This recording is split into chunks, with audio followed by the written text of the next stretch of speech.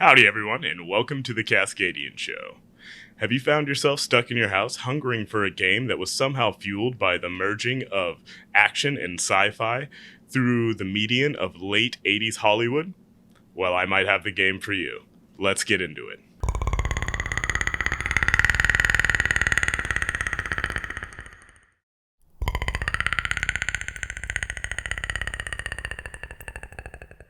Alright, Predator Hunting Grounds is a game that was recently released last month, that being, what month is it? We've been stuck inside for so long.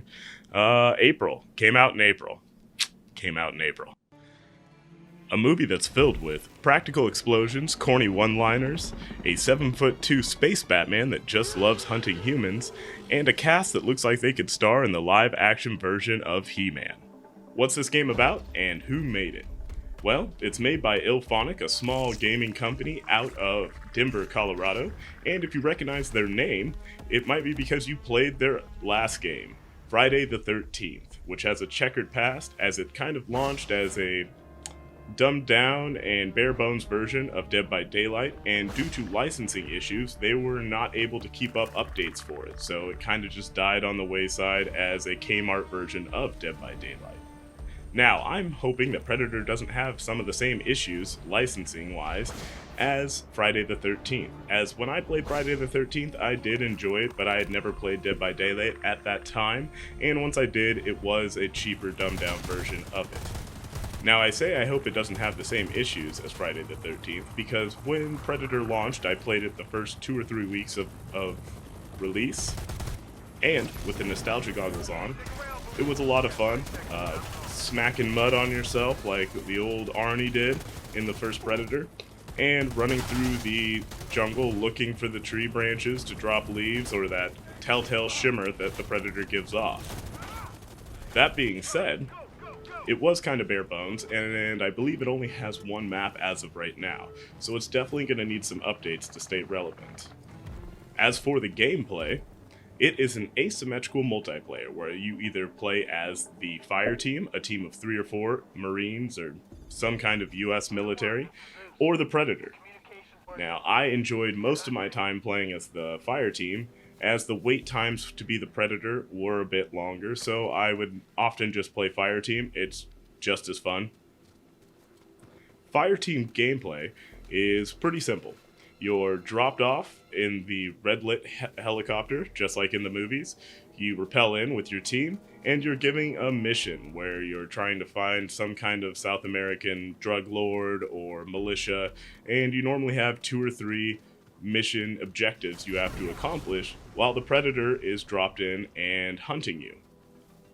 I did enjoy the fact that this game had several ways to end or win the mission if you are the fire team.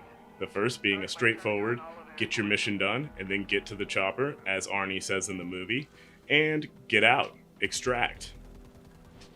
The second being, lure the Predator in, and just beat the hell out of him. This is a problem that they had in Friday the 13th, as at first Jason was a terrifying monster of sorts, and as they added updates and buffed the survivors basically were like a bunch of kids beating up an elderly man. I am afraid that without proper updates, this will kind of be how the Predator is, as there seems to be a meta build for the Predator. I'll get into that later, but as of right now, most of my gameplay, unless I was playing a very skilled Predator, if I had a good team of fire team folks, we'd just hang out, wait for the Predator to come to us, ignore the mission, and just shoot the hell out of him when he arrived. Now, taking down the Predator has, I guess, 1, 2, 3 different outcomes. So, once you down the Predator, he sometimes has his mask on, or depending if you guys have had enough headshots on him, his mask has already fallen off. He drops to one knee, and it's your objective to shoot the mask off and then shoot him in the head a bunch of times and put him down. I have had a few times where I'm guessing that I had a novice player as a Predator, and before he would even equip his legendary gauntlet explosive, we would just shoot him in the head and he would drop. At that point, you defend him against a bunch of NPCs that are basically dumb bullet sponges, and for a allotted amount of time. Depending on how much damage they're able to do to the Predator corpse, you get a certain amount of bonus XP. Then the mission ends. If you don't get any damage to the corpse, you get the iconic 90s, or I guess it was late 80s, muscle handshake where they grab each other's arms and arm wrestle in the air just to show they both are, they're 90s guys, 80s guys, whatever. You son of a bitch. What's the matter? Now, assuming your Predator isn't a novice and this isn't his first skull collecting mission, he will equip his Gauntlet Bomb, an iconic bomb that you see in the ending of the first movie, accompanied with the creepy laughter and all.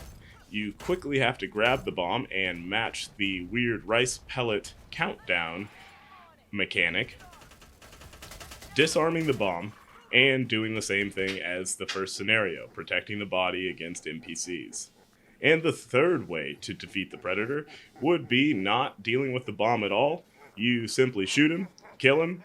His creepy laughter will keep echoing through the jungle as you just hightail it out of dodge, getting beyond the radius. Now, at a full sprint, I found that normally you only had about 2 or 3 seconds of lollygagging and not just running as fast as you can away from it, or you would get caught in the blast. This was pretty fun for when there were downed players. You kind of just had to leave them. If you were to go and try to pick them up, neither of you would make it out of the radius in time.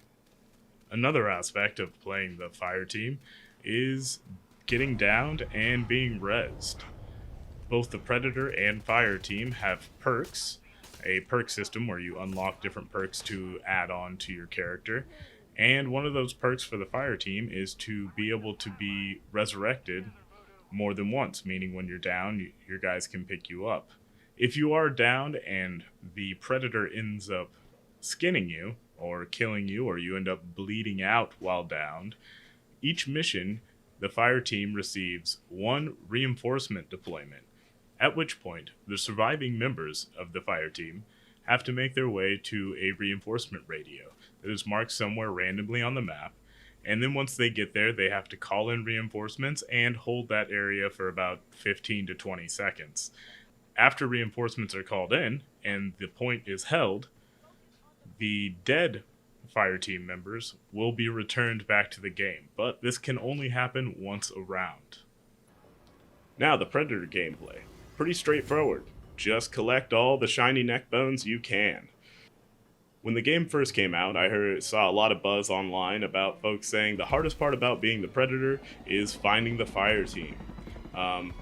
It just depends on who you were playing with. As you level up your Fire team guys, you can spend points and get different weapons, meaning silenced, as the 2 modes of finding folks for the Predator are the iconic heat vision, as well as you would have, I guess, a sound vision. It would kind of be bubbles of sound coming off them, and this would happen for if they used in-game cues like stick together or get to the chopper or things like that, as well as if they used in-game chat and they weren't in a private chat.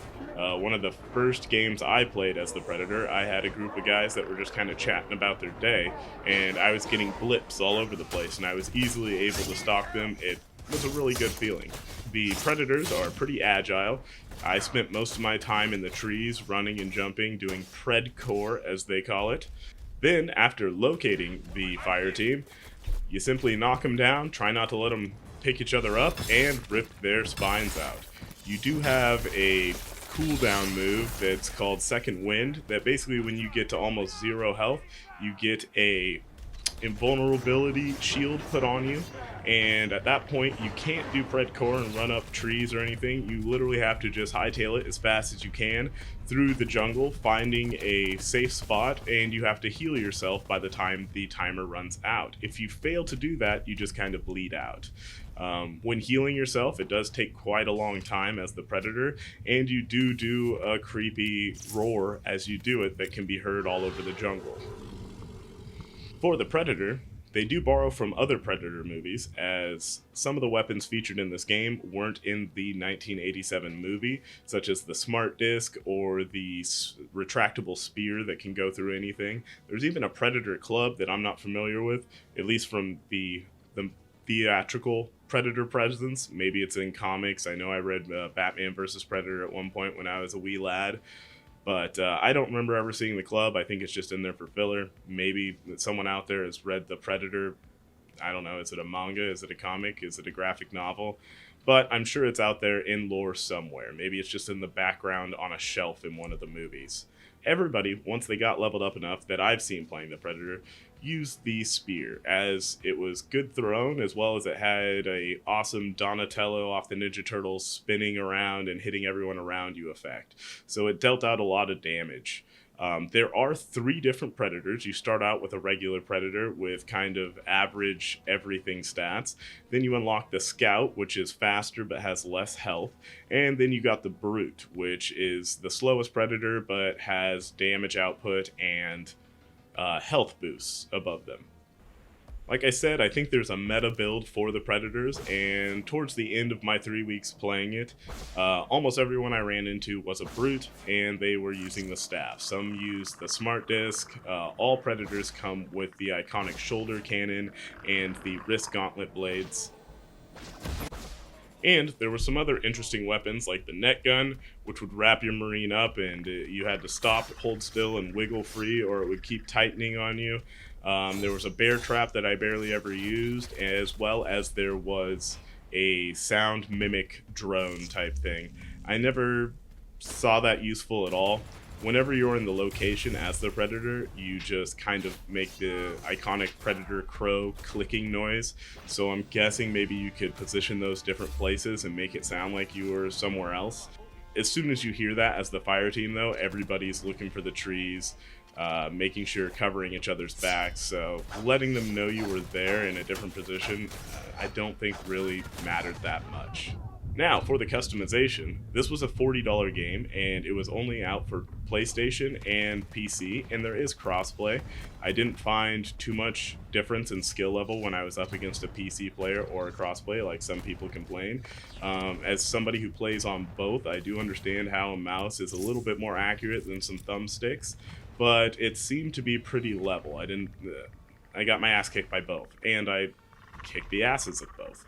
So it was pretty fair all around. But back to customization. Both the Predator and the Marines could unlock face paint / war paint. They would also unlock different weapons depending on their level, and then after using those weapons would be able to add certain attachments or buffs to them. The Marines were all weird looking. They all looked like weird mixes of humans. I'm obviously a mixed gentleman, and I often laugh about folks when they talk about representation, as I haven't seen any video games with a dude with 4-foot dreads and didn't talk like a stereotype. So, I mean, what are you gonna do? I don't whine about those things, but these character models were super weird. I believe I was the darker character, and I was kind of surprised at how light he was. This movie had Carl Weathers in it. I mean,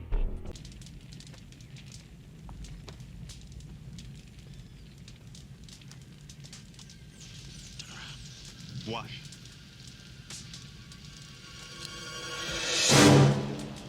dude's pretty dark, and a nice mustache. And another complaint: why can't I have a cigar in my mouth? This is literally a 1980s action movie where everything's blowing up.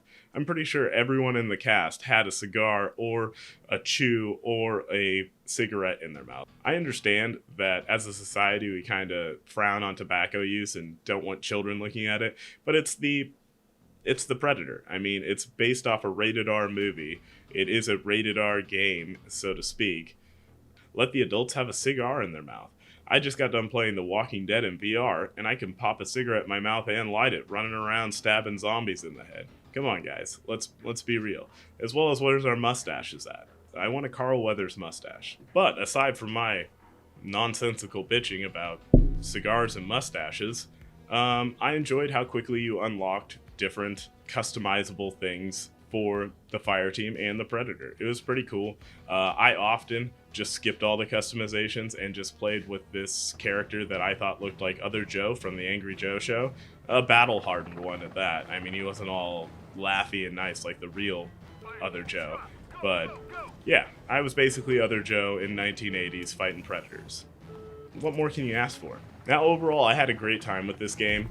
I'm not sure if the price point would have been $40, maybe a $30 game. I mean, I've been playing a lot of Hunt Showdown, which I also will be doing a review on. That's a $30 game, and that game is crisp.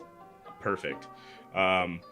This one was a bit spendy, and I'm hoping that IllFonic keeps up with the updates, and it might be a pretty decent game in the long run. Right now, my final grade on it is probably going to have to be a C, you know, with improvement, room for improvement. If they keep on putting updates out, right now it only has one map. I'd like to see, you know, 2 or 3 or 4. I'm not sure if they're going to be able to touch the whole IP or if it's just Predator 1987. It'd be nice to see a cityscape Predator game where instead of killing South American drug lords, you're killing LA drug lords. It's always drug lords. Makes it easy to kill them and not care about them. And that's all I pretty much have for this game. Have you played it? Are you a fan of Predator? I would say if you're a super fan of Predator, definitely pick it up. If you're not familiar with it at all, I don't know, maybe watch some streams of it, see if it's your type of thing. If you are an asymmetrical multiplayer type guy, it might be worth it for you, but I do think, just like the Jason game, this IllFonic is putting out a lot of games that kind of feed off nostalgia. That's not necessarily a bad thing in my opinion, but it is a thing. So just be mindful of that. If you were born in '98 and you never have played any of the or watched any of these movies, you might not care for them. You might just want to grab another game. But that's all I have for you today. Thanks for tuning in. Let me know if you've played the game. Go ahead and like and subscribe if you like. And if you have played the game, let me know what your take on it was. Let me know if you're afraid like me that overall it'll just be kind of a meta build for the Predator and a meta build for the Fire Team. And it won't even be doing the actual objectives. It'll just be, hey, let's fire our shots off in the air. Let's get the Predator to come here, and we're just going to do a last stand fight, which was happening a lot towards the end of my 3 weeks playing it. It's not that I only had 3 weeks to play it. It's just there's so many games coming out right now. I've been kind of busy, but as well as this whole unfortunateness with the world that I'm dealing with my day job. But yeah. Until next time, have a good one.